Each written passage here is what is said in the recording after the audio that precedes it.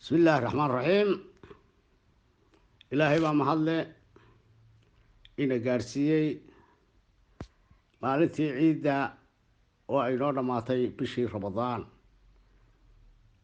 sidaa darteed waa inaan u hambaleeyo shacabweynaha Somaliland dhammaantood ee uu hogaaminayo madaxweynaha Jamhuuriyadda Somaliland Mudane Muuse Biixi Cabdi iyo golayaashooda qaranka,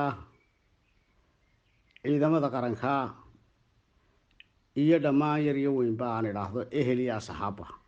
waxaan idin leeyahay dhammaantiin ciid wanaagsan baan idinla wadaagayaa, waana inooga hambalyeynayaa sanadka sanadkiisa allah inoogu gaadhsiiyo barwaaqo iyo bashbash.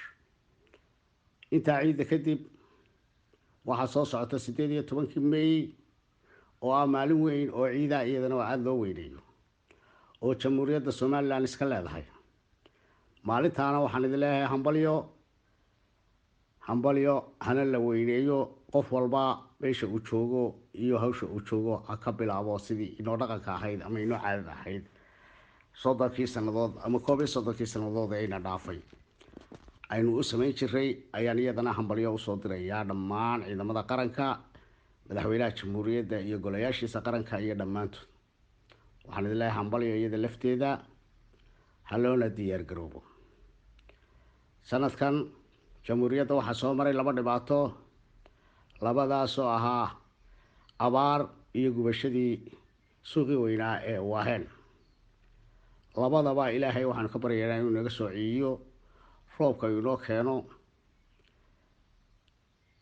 suuqa Waaheenna dadkii ay ka gubatay inaan iyagana aan idhaahdo waan idinla dareennahay, waxaanu dareensanahay ama aanu ku maqannahay ama aanu gurmadkaa kaga jiraa kaalin weyn oo la xaadle haddii ilaahay idhaahdo oo idin soo gaari doontaa.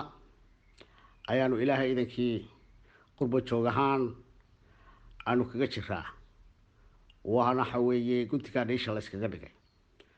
taasi waxa weeye horaanan u soo sheegay, raggii dhistay baa dhisi doona, ilaahay idankii waa dhisaynaana oo waxa weeye gacanteena ayaan ku dhisanaa. wax kasta oo la isu geeyo waxa weeye malaayiin buu isu bedelaa. dalkan UK 65 milyan baan u malaynayaa inuu yahay imika statisticska. 65 milyan haddii mingini laga qaado waa 65 milyan.